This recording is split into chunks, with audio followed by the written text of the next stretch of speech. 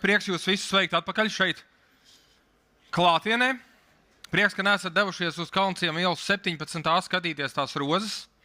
Viņas vēl nezied, jūs dzirdējāt, ja? Piefiksējāt, kad jūnijā? Vai vēl zied? Tad ir vēl jau lielāks prieks, ka jūs neesat aizbraukuši skatīties tās rozes.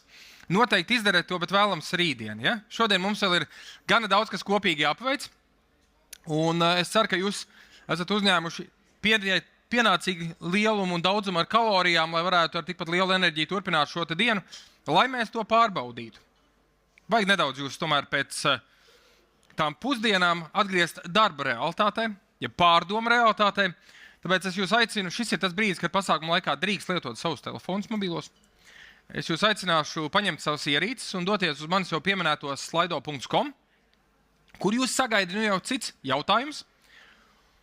Un tur mūs sagaida domu un viedokļu mākonis.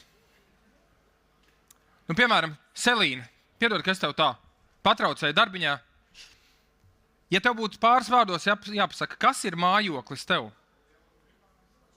Drošība, lielisks vārds. Lūk, tieši tādas un citas domu pērles un sajūtu pērles mēs gribam redzēt šajā domu mākonī.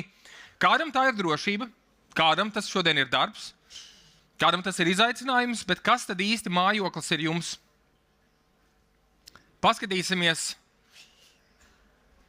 jūsu sajūtas šajā mūsu domu mākonī.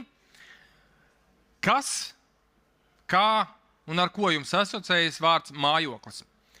Mīlestība, silta tēja, sega un čības, siltums, safe place, jeb droša vieta, mājīgums, ģimene, mīlestība, vieta, kur justies labi, vieta, kur atgriezties, ēka, vieta, kur atpūsties, vieta, kur atgriezties, jūs redzat, ja kaut kas mūsu domu mākonī ir lielāks kā citas lietas, tas nozīmē, ka vairākiem no jums šī te ir vieta, kur atgriezties, un manuprāt, lielisks pārējais punkts un atslēgas vārds, ar ko turpināt šo konferenci, jo ar siltumu sajūtu un ar siltu kafiju mēs esam atgriezušies vietā, kur strādāt un runāt par mājokļiem.